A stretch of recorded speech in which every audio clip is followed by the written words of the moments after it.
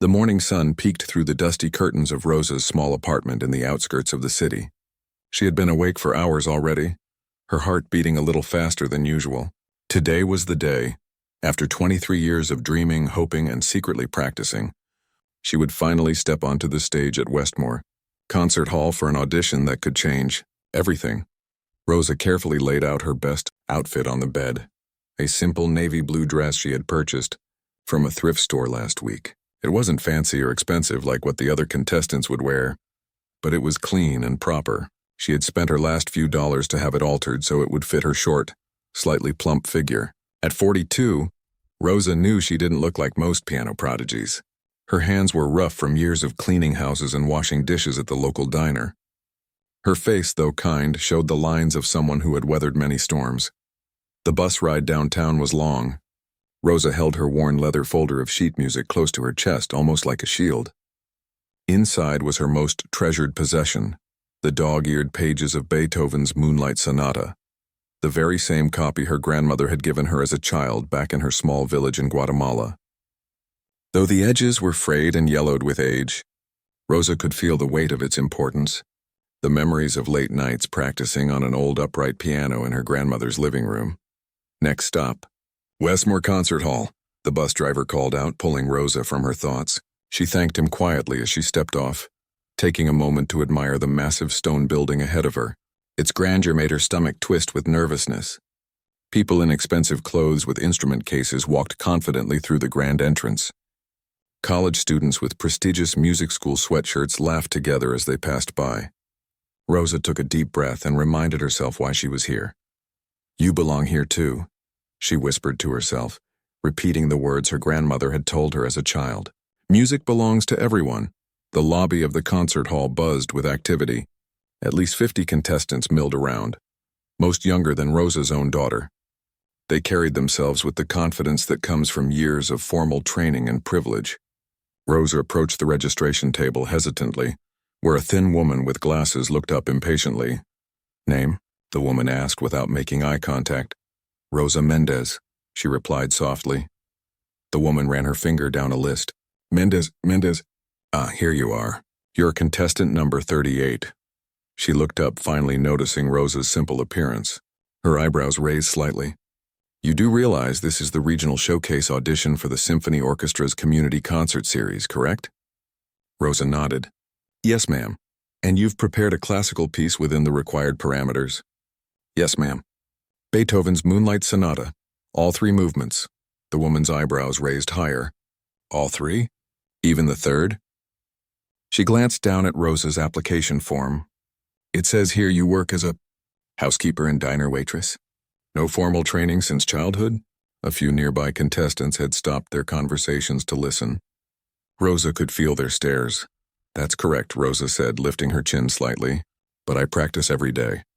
The woman exchanged a look with another judge who was standing nearby. He approached, coffee in hand, and glanced at Rosa's form. "Mrs. Mendez," he said with a smile that didn't reach his eyes, "the 3rd movement of the Moonlight is extremely difficult. Even conservatory students struggle with it. Perhaps you'd like to reconsider your piece selection? We could move you to the amateur showcase instead." Heat rose to Rosa's cheeks, but she kept her voice steady.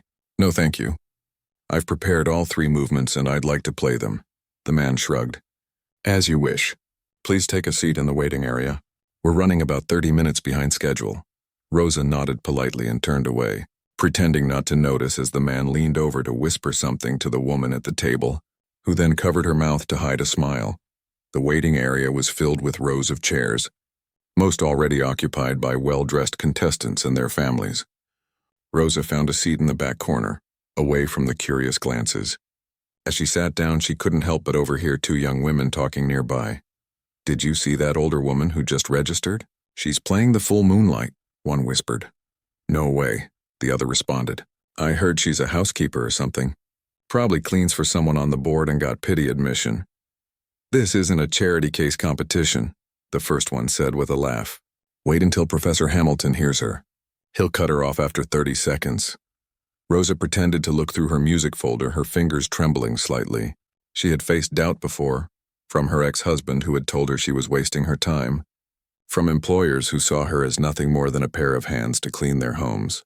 Even from her own children who didn't understand why their mother would spend precious free time practicing piano instead of resting. But she had never faced this kind of open ridicule from strangers. For a moment, Rosa wondered if she had made a terrible mistake. Perhaps she didn't belong here after all.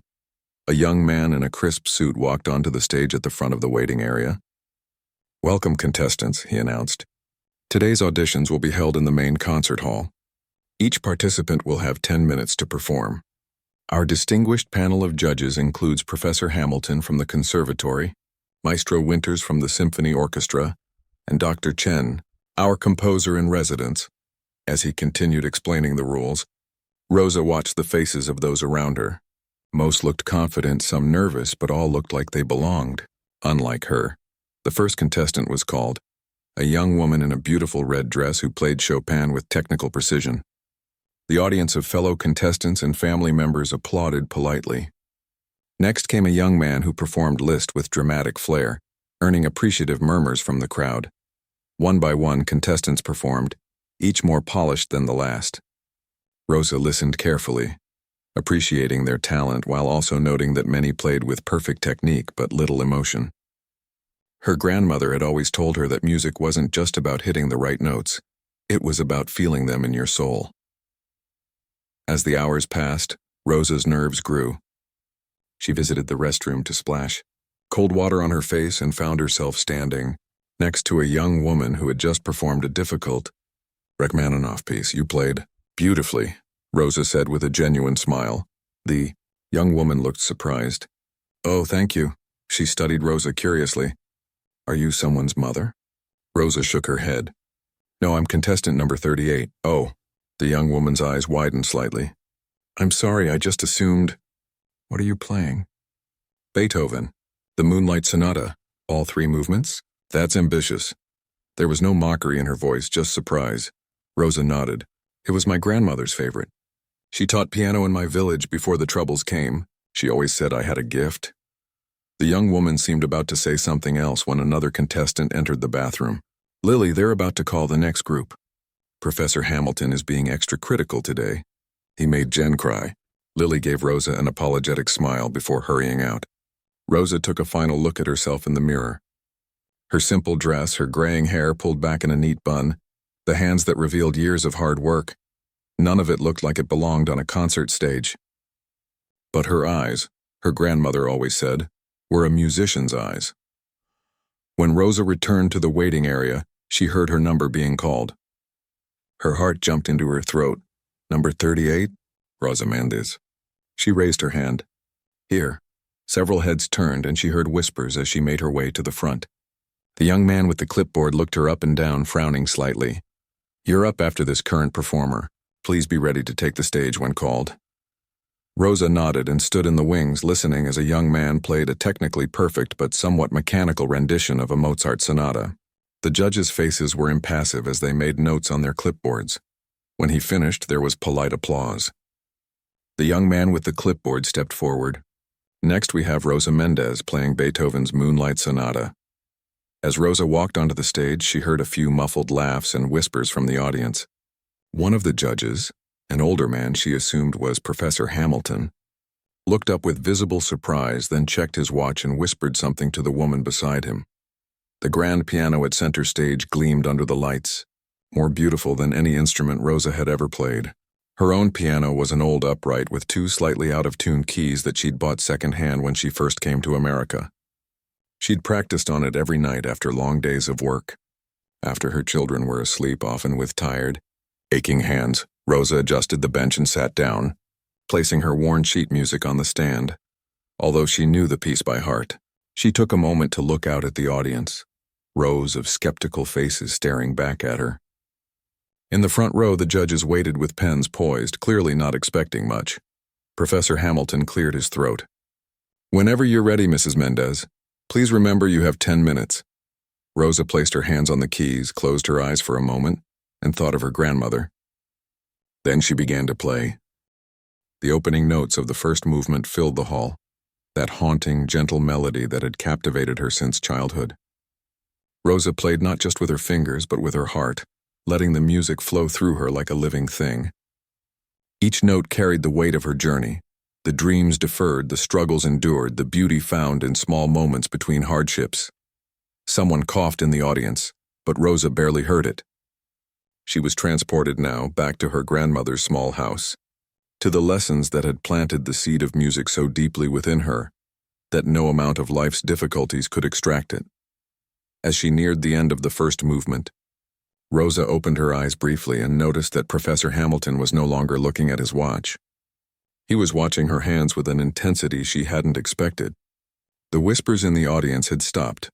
The first movement of the sonata came to its gentle conclusion, the final notes hanging in the air like a question.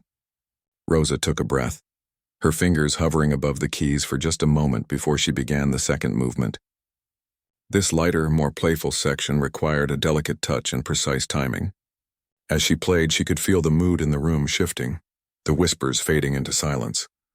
Rosa didn't dare look up. She kept her focus on the music, on the memories that guided her fingers across the keys. She remembered her grandmother telling her, "When you play, you must tell a story with each note."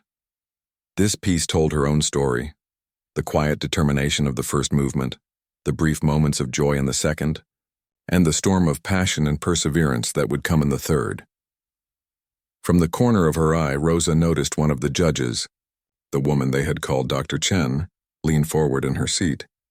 Another judge had stopped writing altogether and was simply watching, his expression no longer bored but curious. Still, Rosa didn't allow herself to hope too much. She had seen too many dreams fade to believe this one might actually take root. As the second movement drew to a close, Rosa took a deeper breath, preparing herself. The third movement of the Moonlight Sonata was notoriously difficult, a whirlwind of notes that required not just technical skill, but physical endurance. Many professional pianists struggled with its relentless pace and complexity. During her years of practice on her old upright piano, Rosa had sometimes wondered if she was foolish to even attempt it, but her grandmother's voice always came back to her. "Play what makes your heart burn, not what is easy." Rosa's hands attacked the keys with sudden force as she launched into the presto agitato. The dramatic change from the gentle earlier movements seemed to startle some in the audience. She heard a small gasp from somewhere to her right. The third movement was like a storm breaking after calm, passionate, urgent, almost violent in its intensity. Her fingers flew across the keyboard with precision that belied her lack of formal training. Years of muscle memory, of practicing late into the night after long days of cleaning houses and serving food, guided each movement. The calluses on her fingertips, earned through hard work rather than musical practice, pressed into the ivory keys with perfect pressure. Halfway through the movement, Rosa finally allowed herself to look up. The change in the room was immediate and obvious. Every face was turned toward her, expressions ranging from shock to wonder. Professor Hamilton, who had checked his watch so dismissively before she began, now sat with his mouth slightly open, pen forgotten in his hand. The young contestants who had whispered and laughed were leaning forward in their seats, some with furrowed brows as if trying to reconcile the woman they saw with the music they heard. Rosa felt a surge of something she hadn't experienced in years: pride. Not arrogance, not vanity, but the simple, powerful pride of being seen for who she truly was. For a few precious minutes, she wasn't just a housekeeper or a waitress or an aging woman in a second-hand dress. She was a musician, speaking the universal language that her grandmother had taught her, that she had kept alive through decades of hardship. The music built to its climax, Rosa's hands moving with such speed they almost blurred. Sweat beaded on her forehead, but her concentration never wavered. The final chords approached, powerful, definitive, resolute. She struck them with all the emotion she had carried inside for years, all the longing and determination and hope. Then, silence. For several long seconds, no one in the auditorium moved or spoke. Rosa sat with her hands still on the final chord, her breathing heavy from the exertion. She wasn't sure what to do next. In her years of imagining this moment, she had never thought beyond the playing itself. The silence broke with a single person clapping, then another joining in, and suddenly the entire hall erupted in applause. Someone in the back whistled. Rosa looked up, confused by the response. She saw Dr. Chen, the female judge, on her feet. followed by the young man with the clipboard who had been so dismissive earlier. Soon the entire audience was standing, their applause filling the hall with thunder. Professor Hamilton remained seated, but he was nodding slowly, a look of profound reassessment on his face. When the applause finally died down, he was the first to speak.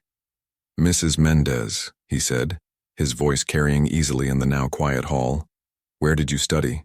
Rosa's hands fidgeted in her lap. "My grandmother taught me as a child in Guatemala. She studied at the National Conservatory there many years ago." "And since then?" Dr. Chen asked, still standing. "Nowhere, ma'am. I couldn't afford lessons or school. I practice on my own piano at home." "How often do you practice?" the third judge asked. "Every day," Rosa answered simply, "even if it's just for 30 minutes after my shift ends at the diner. On my days off, I practice for hours." Professor Hamilton made a note on his clipboard. "And this piece, The Moonlight, how long have you been working on it?" Rosa hesitated, almost embarrassed by the answer. 23 years, sir. Since I came to this country. It was my grandmother's favorite. Before she died, she made me promise I would play it for others someday, not just for myself." A murmur went through the crowd. 23 years on a single piece of music, longer than many of the young contestants had been alive. "Mrs. Mendez," Dr. Chen said, her voice warm with genuine interest, "would you tell us a bit more about yourself? Your application was rather sparse." Rosa nodded, her hands still trembling slightly from the adrenaline of the performance. "There isn't much to tell. I came here from Guatemala after the Civil War took my family's home. I was 19 then. I clean houses during the day and work at Angelo's Diner 4 nights a week. I have 2 children who are grown now. And they're both here today to support you?" the young man with the clipboard asked, looking around. Rosa shook her head. "No, my son is working. He's a nurse at County Hospital.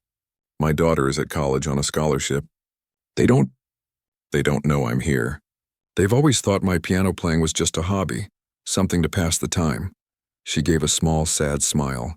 "They worry I'm living in the past." Professor Hamilton cleared his throat. "Mrs. Mendez, I must confess that when you walked onto this stage, I made certain assumptions that were entirely incorrect.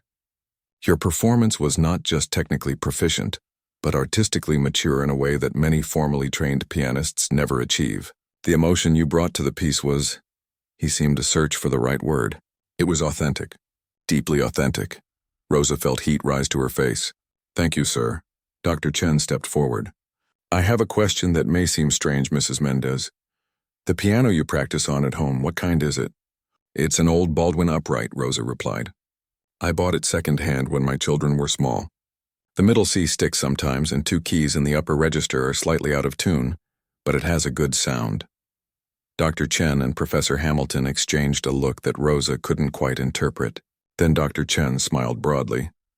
"Well, Mrs. Mendez, I think I speak for all the judges when I say that your performance today has been the highlight of our auditions. Would you be willing to stay after the remaining contestants to speak with us further?" Rosa nodded, still not fully comprehending what was happening. "Yes, of course." As she stood to leave the stage, the audience broke into applause again. Some of the young contestants who had been whispering earlier now looked at her with expressions of respect and curiosity. One young man even gave her a thumbs up as she passed. Rosa returned to her seat in the back, feeling as though she were floating. An older couple sitting nearby leaned over. "That was extraordinary," the woman whispered. "Are you a teacher?" "My granddaughter is looking for a piano instructor." Before Rosa could answer, Lily, the young woman from the bathroom, slipped into the empty seat beside her. "I knew it," Lily said, her eyes bright with excitement. "When you told me in the bathroom about your grandmother, I had this feeling. You play with soul. All these years I've been trying to be perfect, but you just showed everyone what it means to be real." Rosa felt tears prick at her eyes. For so long, her music had been a private thing, a conversation between herself and her memories. Having it witnessed and valued by others was overwhelming. "Thank you," she whispered. "No," Lily said firmly. "Thank you. I almost quit last month because my professor said I was too mechanical.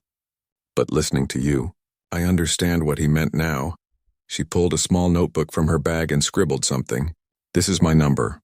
Would you consider letting me visit sometime? Just to talk about music?" Rosa took the paper, nodding wordlessly. Before she could respond further, the young man with the clipboard was calling for quiet as the next contestant prepared to perform. For the next hour, Rosa sat in stunned silence, barely hearing the other performances. Her mind was reeling, trying to process what had happened. After 23 years of practicing in solitude, of being dismissed as someone clinging to an impractical dream, she had finally been heard. Not just heard, but understood. When the last contestant finished, Professor Hamilton stood to address the group. "Thank you all for your performances today. The judges will now deliberate. Results will be posted within the hour. Mrs. Mendez, if you would please come with us." Rosa stood, smoothing her simple dress nervously.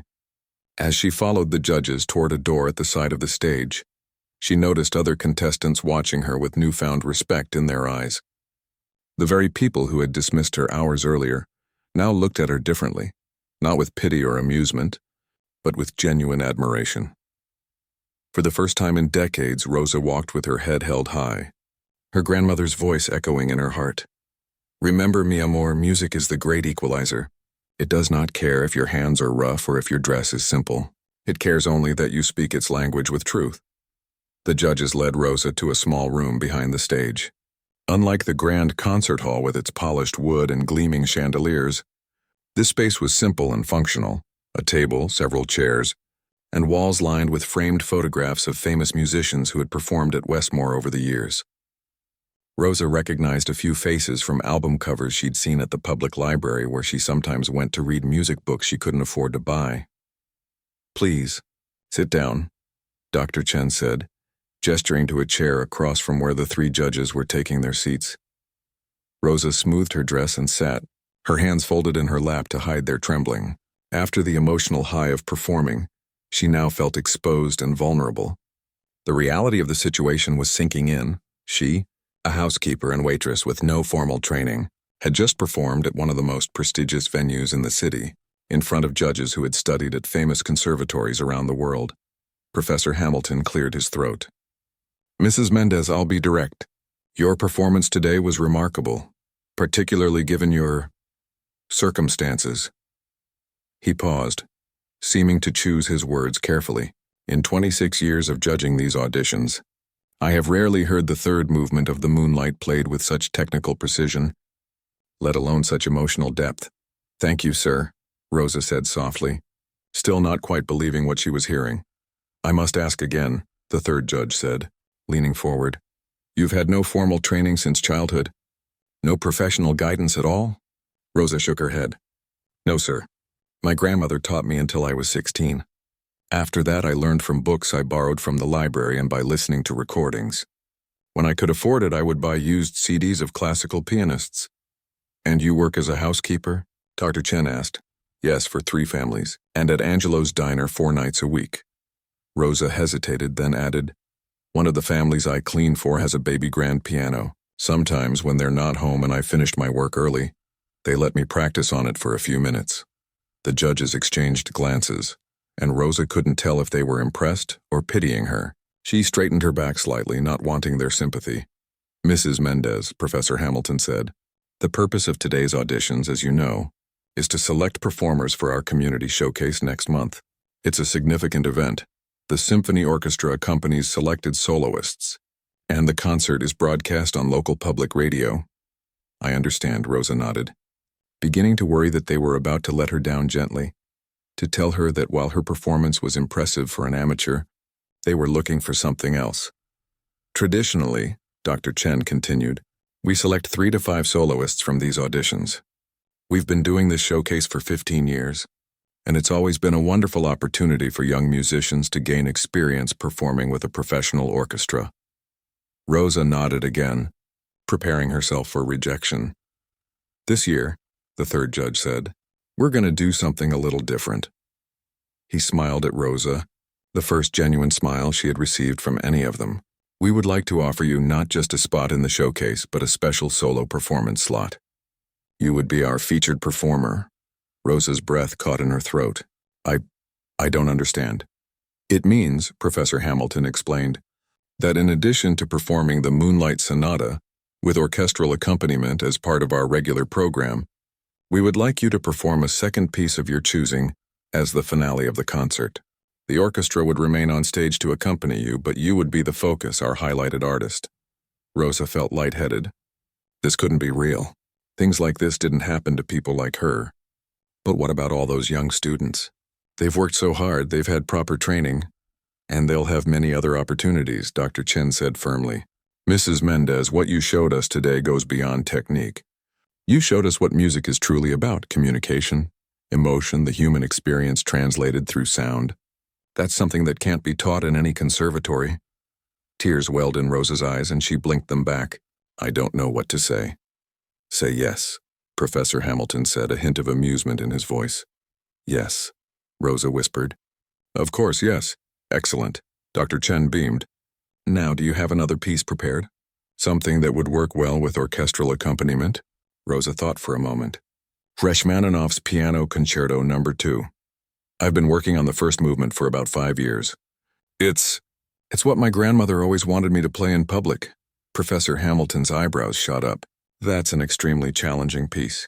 I know, Rosa said, but it's beautiful, and I think I can do it justice. If you play it with half the heart you gave to Beethoven today, I have no doubt you will, the third judge said warmly. There's one more thing, Dr. Chen added. The symphony has a community outreach program. We offer scholarships for private lessons and master classes. Given your extraordinary talent, we would like to offer you a special scholarship. It would cover weekly lessons with me, access to practice rooms at the conservatory, and master classes with visiting artists. Rosa stared at her in disbelief. But I'm 42 years old. Those scholarships are for young students. Usually, yes, Professor Hamilton agreed. But the committee has some discretionary funds, and I think I speak for all of us when I say that supporting your musical development would be a worthwhile investment. Rosa's mind raced. Lessons, practice rooms with real grand pianos, master classes with famous musicians. These were dreams she had abandoned decades ago. I don't know if I can accept. My work schedule, we can arrange lessons around your availability, Dr. Chen assured her. The scholarship also includes a stipend that might allow you to reduce your working hours somewhat. Why? Rosa asked suddenly, her voice cracking slightly. Why would you do this for me? The three judges looked at each other, and it was Professor Hamilton who finally answered, his voice softer than before. Mrs. Mendez, music is the most democratic of arts. It doesn't care about pedigrees or credentials. It cares about truth. What you played today was true. He paused. Many years ago, I made a terrible mistake. I dismissed a young pianist from a rural background because he didn't fit my idea of what a classical musician should be. He never performed again, as far as I know. I've regretted it ever since. He met Rosa's eyes directly. I won't make that mistake again. Rosa nodded, understanding the weight of his words. Thank you. I will work very hard. I promise. We know you will, Dr. Chen smiled. Now let's discuss the practical details. The showcase is in 5 weeks. We'll need to schedule rehearsals with the orchestra, and you'll need to begin lessons immediately if you're going to prepare the Rachmaninoff properly. As they discussed dates and times, Rosa felt as though she were floating outside her body, watching the scene unfold from a distance. Just hours ago, she had been ridiculed for even attempting to audition. Now these esteemed musicians were speaking to her as a peer, valuing her art and offering her opportunities she had never dared to dream of.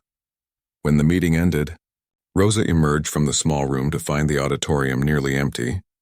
A few people were gathering their belongings, and the young man with the clipboard was posting the results on a bulletin board. As Rosa approached, she saw her name at the top of the list marked as Featured Soloist. Below were 4 other names, including Lily's. Congratulations, a voice said behind her. Rosa turned to find Lily standing there beaming. You too, Rosa replied, pointing to Lily's name on the list. Your Rachmaninoff was beautiful. Nothing compared to what you did with Beethoven, Lily said sincerely. I've never heard it played that way. Rosa smiled, still feeling somewhat dazed by the day's events. I should call my children, she said, half to herself. They won't believe this. Mom? A surprised voice called from the entrance of the auditorium. Rosa turned to see her daughter Luisa, standing in the doorway, still wearing her university sweatshirt, a backpack slung over one shoulder. Her expression was a mixture of confusion and astonishment.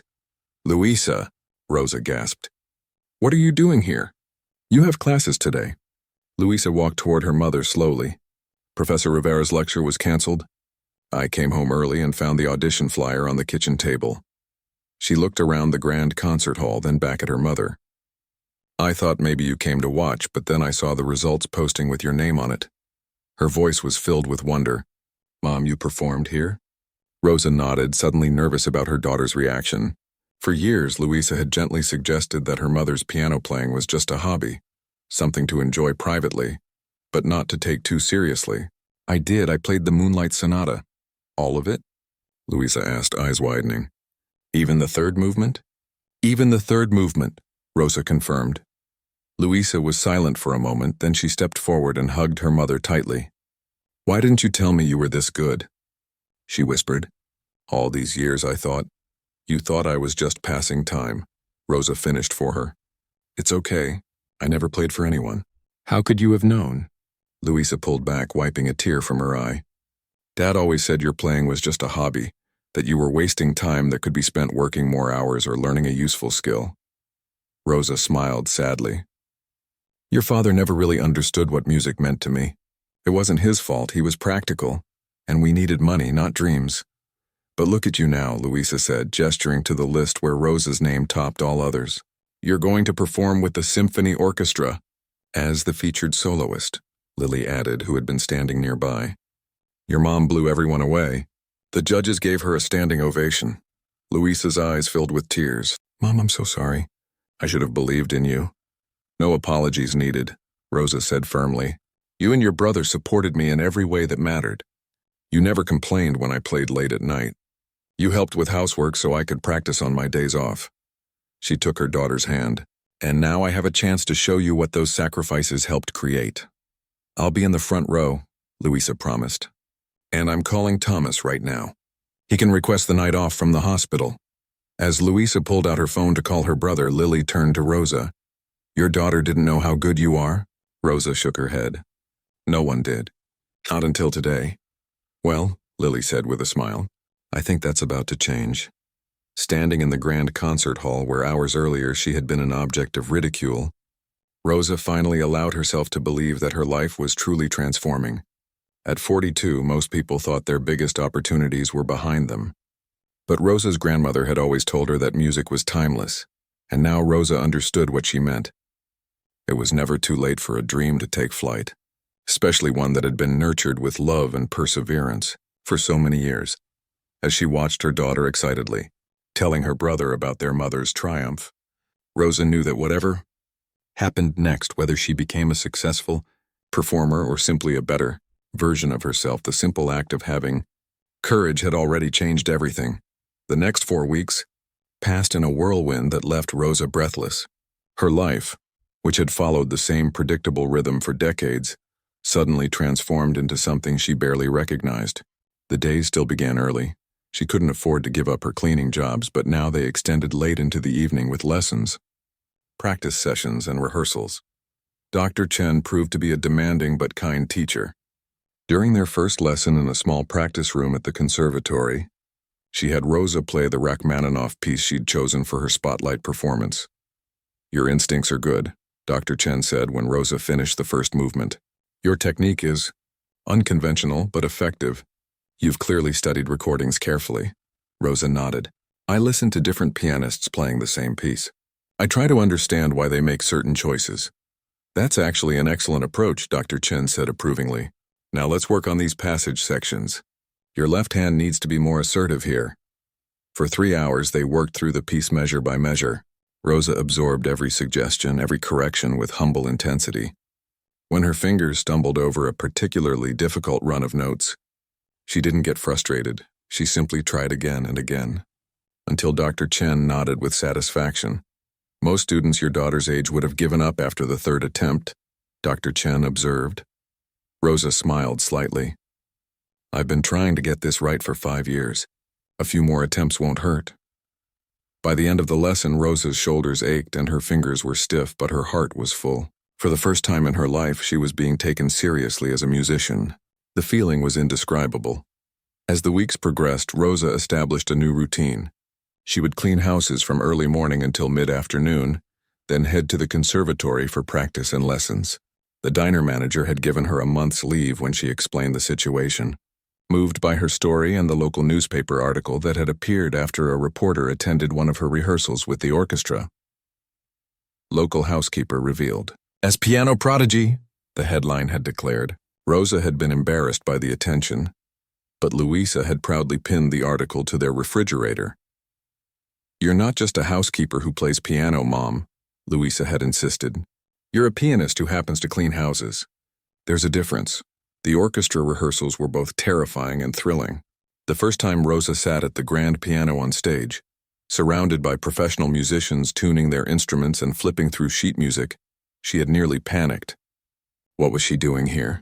These people had dedicated their entire lives to music, studied at famous schools, competed in international competitions. The conductor, a tall woman with silver hair and piercing eyes, seemed to sense Rosa's discomfort. Mrs. Mendez, she said, tapping her baton on the music stand to quiet the orchestra. Before we begin, I want to say something. She turned to address the musicians. Many of you have heard about our soloist's unusual background. You may be curious or even skeptical. I was too, until I heard the recording of her audition. She looked back at Rosa with genuine respect in her eyes. What matters in this hall is not where you studied or what credentials you hold. What matters is the music. And Mrs. Mendez speaks that language as fluently as anyone I've ever heard. The musicians nodded and murmured their agreement, some even tapping their bows against their instruments in a musician's version of applause. Rosa felt her tension ease slightly. Now, the conductor continued, let's begin with the Beethoven, first movement.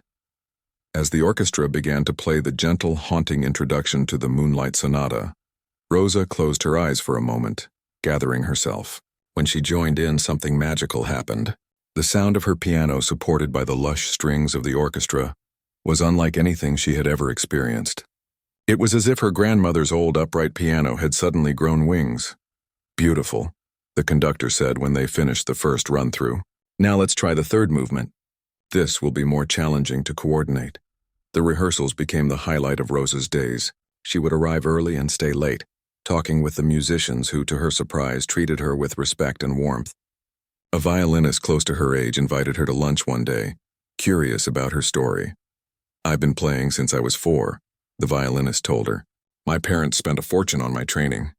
But sometimes I wonder if I've lost something along the way, that raw connection to the music that you have. Rosa shook her head. You have years of knowledge I don't have. I'm still trying to catch up. Maybe. The violinist smiled. We can learn from each other. At home, things were changing too. Thomas, her son, had taken time off from his nursing job to attend her first rehearsal with the orchestra. He had sat in the empty auditorium, watching his mother transform from the woman who had packed his lunches and worked double shifts to pay for his education into an artist commanding the attention of professional musicians. Mom, he said afterward, his voice thick with emotion. I had no idea. All these years, it's okay, Rosa assured him. I didn't play for others. How could you know? Dad was wrong, Thomas said firmly. He always said your music was a waste of time, that you should focus on practical things. I started to believe him. I'm so sorry. Rosa hugged her son. Your father wasn't a bad man. He just wanted security for us. Music seemed like a luxury we couldn't afford. It wasn't a luxury, Thomas insisted. It was who you are.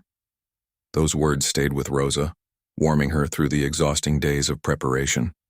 It was who she was, not just a housekeeper, not just a mother, but a musician whose voice had been silenced for too long. The most unexpected change came 3 days before the showcase, when Rosa arrived at the Henderson home for her regular Thursday cleaning. Mrs. Henderson, a busy lawyer with 3 children, met her at the door. Rosa, I read about you in the paper. Why didn't you tell me you were a pianist? Rosa shifted uncomfortably. It didn't seem relevant to my work here. Mrs. Henderson laughed. Not relevant? Good heavens. All this time I've had a concert pianist cleaning my house. Come in, come in. I want to hear all about it. Instead of starting her usual cleaning routine, Rosa found herself sitting at the kitchen table while Mrs. Henderson made coffee. They talked for nearly an hour, not as employer and housekeeper, but as equals, 2 women discussing music dreams and the unexpected turns life could take. I'd like to come to the showcase, Mrs. Henderson said. My whole family would. We're all so proud of you, proud of her. The words felt strange. For most of her adult life, Rosa had been invisible, the woman who cleaned homes and served food, who people looked through rather than at. Now suddenly she was visible.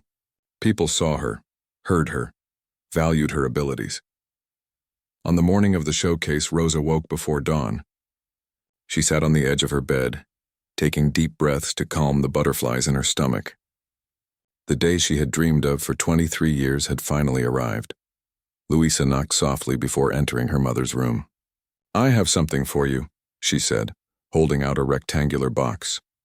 Rosa opened it to find a simple but elegant black dress with a subtle pattern of musical notes woven into the fabric. "Louisa, we can't afford—" "It's from all of us," Louisa interrupted. "Me, Thomas, the people at the diner, even Mrs. Henderson and the other families you clean for. Everyone chipped in when they heard about tonight." Rosa touched the dress with trembling fingers.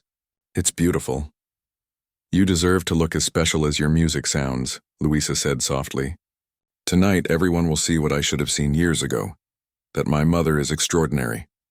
Rosa hugged her daughter, too moved to speak. The hours before the showcase passed in a blur.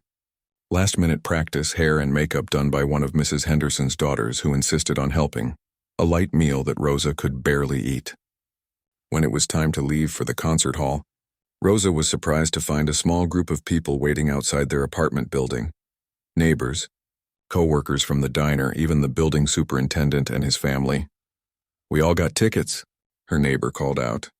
"We wouldn't miss it for the world." A lump formed in Rosa's throat as she waved to them. All these years she had felt so alone in her passion, practicing in the quiet of night when no one could hear. Now it seemed her music had been waiting to connect her to these people all along. At the concert hall, Rosa was led to a small dressing room with her name on the door. Another surreal moment in a month full of them. Dr. Chen came to check on her, reviewing last-minute details and offering words of encouragement. "The hall is full," she told Rosa. "Word has spread about you. There's even a reviewer from the National Music magazine." Rosa felt a momentary flash of panic. What if I disappoint them? What if they're expecting something I can't deliver? Dr. Chen took her hands firmly. "Rosa, do you remember what you told me about why you play?" Rosa nodded. "For my grandmother, to keep my promise to her, then play for her tonight. Not for the critics, not for the audience, not even for me. Play as if you're alone in your apartment with just her memory to hear you." Dr. Chen smiled.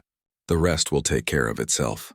As Rosa waited backstage, listening to the orchestra perform their opening pieces, she closed her eyes and pictured her grandmother, her strong hands guiding Rosa's small fingers across piano keys, her voice singing along, her absolute faith that her granddaughter had a gift worth nurturing.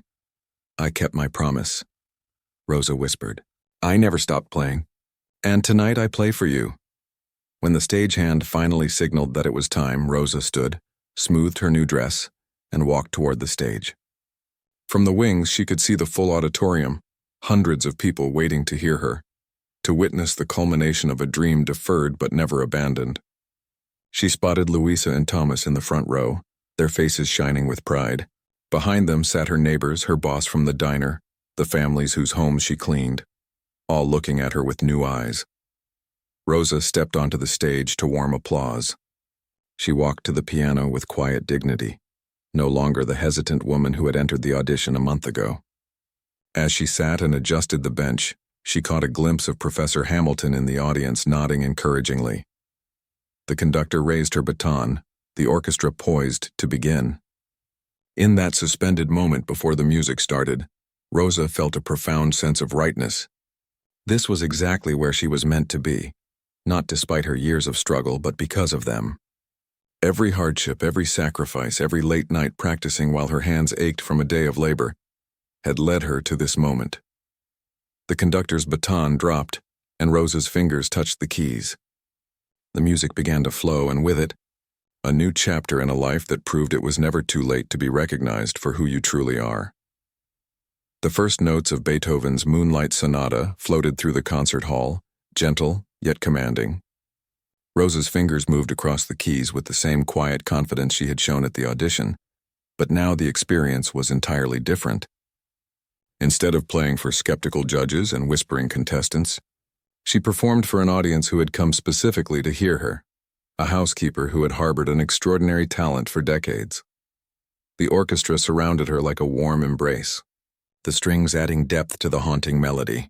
Rosa could feel rather than see the audience leaning forward in their seats, drawn in by the emotional pull of her playing. This was the piece that had sustained her through years of struggle, and she poured every moment of that journey into each note. When the first movement ended, there was a collective sigh from the audience. The second movement followed, lighter and more playful. Rosa's face relaxed into a slight smile as her fingers danced across the keys. This had been her children's favorite part when they were small. They would sometimes dance around the living room as she played, their small feet hopping in time to the music. And then came the third movement, the challenging presto agitato that had shocked the judges at her audition. The orchestra matched her intensity as she attacked the keys with controlled passion. Rosa's entire body became part of the performance, her years of physical labor giving her the strength and endurance to power through the demanding piece without faltering. In the front row, Louisa and Thomas watched their mother with expressions of wonder and pride. They had grown up hearing her play, but always in the background of their lives, something as common and unremarkable as her cooking or cleaning. Now they witnessed the full extent of her gift, displayed not in their modest living room, but on a grand stage where it deserved to be heard. When the final chord of the Beethoven piece resonated through the hall, there was a moment of breathless silence before the audience erupted in applause. Rosa stood and bowed, her cheeks flushed with exertion and emotion. The conductor shook her hand, leaning in to whisper, "Magnificent. Simply magnificent." The orchestra took a short break, and Rosa retreated backstage to prepare for her spotlight performance. Dr. Chen met her with a bottle of water and a warm embrace. "How do you feel?" she asked. "Like I'm dreaming," Rosa replied honestly. "I keep expecting to wake up back in my apartment getting ready for my cleaning jobs." Dr. Chen squeezed her hand. "This is no dream. You've earned this moment through years of dedication. Now go out there and show them what Rachmaninoff should sound like." When Rosa returned to the stage for her featured performance, the audience welcomed her with even more enthusiastic applause. She sat at the piano, took a deep breath, and nodded to the conductor. The orchestra began the dramatic introduction to Rachmaninoff's Piano Concerto No. 2, building tension until Rosa's entrance. Her hands struck the keys with authority, the rich chords filling the hall. This piece was different from the Beethoven, more overtly emotional, more technically demanding, more revealing of the performer's soul. Rosa had chosen it because it spoke to her own life experience, the struggle, the beauty found within hardship, the triumph of perseverance. As she played, Rosa felt a strange sensation, as if she were no longer alone at the piano. In some inexplicable way, she felt her grandmother's presence beside her, guiding her hands as she had done when Rosa was a child. The memory gave her courage to take musical risks, to play with even greater emotional honesty. The audience was completely still, captivated by the performance unfolding before them. Even those who had come out of curiosity or novelty, to see the housekeeper pianist they'd read about in the newspaper, were now witnessing something that transcended all labels and categories. This was artistry in its purest form. In the back of the hall, Professor Hamilton sat with tears streaming unashamedly down his face. Beside him, a reviewer from the National Music magazine scribbled notes frantically, occasionally looking up with an expression of disbelief. The final movement built to its powerful conclusion, Rosa's hands flying across the keys with precision and passion. When she struck the final chords, the entire hall seemed to hold its breath before exploding into a standing ovation. People were on their feet, applauding and cheering. Someone threw a bouquet of flowers onto the stage. Rosa stood and bowed, overwhelmed by the response. The conductor beckoned her to take another bow and another. The applause continued, showing no signs of stopping. Rosa saw Louisa and Thomas standing in the front row, clapping until their hands must have hurt. Behind them, her neighbors and co-workers from the diner were cheering loudly. Mrs. Henderson and the other families she cleaned for were there too, looking at her with newfound respect. After taking several bows, Rosa was finally able to leave the stage, her heart pounding with exhilaration. Backstage was a flurry of activity, orchestra members congratulating her, staff handing her more bouquets, Dr. Chen beaming with pride. "There are some people who would like to meet you," Dr. Chen said, Guiding Rosa toward a small group waiting near her dressing room, a distinguished-looking woman stepped forward. "Mrs. Mendez, I'm the dean of the conservatory. That was an extraordinary performance. We would be honored if you would consider joining our community outreach faculty. We need teachers who can connect with students from non-traditional backgrounds, who understand that talent can be found in unexpected places."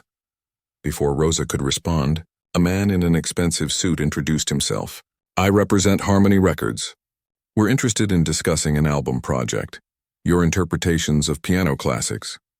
Your story and your talent are exactly what classical music needs right now." Rosa looked to Dr. Chen, overwhelmed. "I don't know what to say." "You don't need to decide anything tonight," Dr. Chen assured her. "Tonight is for celebrating." The backstage door opened and Louisa and Thomas rushed in, enveloping their mother in a group hug. "Mom, you were amazing," Louisa exclaimed, her eyes shining with tears. The whole audience was mesmerized. "I've never been so proud," Thomas added, his voice choked with emotion. Over their shoulders, Rosa saw her neighbor from the apartment building, an elderly woman who had often complained about Rosa's late-night practicing. Tonight she approached with a small wrapped package. "This was my mother's," the woman said, handing it to Rosa. "A metronome from the old country. I think she would have wanted you to have it. I'm sorry I ever complained about your music." One by one, people came to congratulate her. Friends, neighbors, even the owners of the diner where she worked. The families whose homes she cleaned now looked at her differently, seeing beyond the woman who scrubbed their floors to the artist who had always been there. Professor Hamilton made his way through the crowd, his eyes still red from tears. "Mrs. Mendez, Rosa," he said, taking her hand in both of his. "In all my years of teaching and judging, I have never been so humbled. You've reminded me why I fell in love with music in the first place. Thank you for that gift." As the crowd around her continued to grow, a reporter pushed forward with a microphone. "Mrs. Mendez, how does it feel to become an overnight sensation at age 42?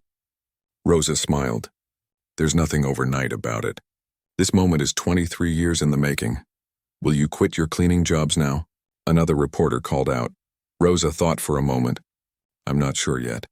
But whatever I do next, I'll never forget where I came from or how hard I worked to get here." "Do you have any message for people who might be hiding their own talents?" the first reporter asked. Rosa looked around at the faces watching her, her children, her teacher, her neighbors, her employers, all seeing her truly for the first time. "Yes," she said simply. "It's never too late to be heard." Later that night, after the interviews and congratulations, after the offers and invitations, Rosa finally returned to her small apartment. Her children had gone out to celebrate with friends, promising to return for a family breakfast in the morning. For the first time in hours, Rosa was alone. She kicked off her dress shoes and sat at her old upright piano. Its familiar keys, slightly yellowed with age, welcomed her home. Rosa placed her hands on them gently, not playing yet, just feeling the connection to this faithful companion that had kept her dreams alive for so many years. On top of the piano sat a framed photograph of her grandmother, the woman who had first recognized her gift and made her promise never to abandon it. Rosa touched the frame gently. "We did it," she whispered. "They finally heard me." Then she began to play, not Beethoven or Rachmaninoff, but a simple folk melody her grandmother had taught her as a child. The song flowed from her fingers with all the love and gratitude in her heart. This modest apartment, this old piano, these simple songs, they had been her sanctuary for decades. They were as much a part of her story as tonight's triumph. Outside her window, lights glowed in other apartments where people were going about their evening routines. How many of them, Rosa wondered, were harboring dreams of their own? How many had talents waiting to be discovered, voices waiting to be heard? As her fingers found the final notes of the folk melody, Rosa made a new promise to herself. Whatever opportunities came from tonight's performance, whether teaching positions or recording contracts or concert invitations, she would use them to help others find their voices. She would become for them what her grandmother had been for her, the person who says your gift matters. You deserve to be heard. The simple melody faded into silence, but the music in Rosa's heart played on, stronger than ever. Her journey wasn't ending with tonight's applause. In many ways, it was just beginning, and this time, she wouldn't be walking the path alone.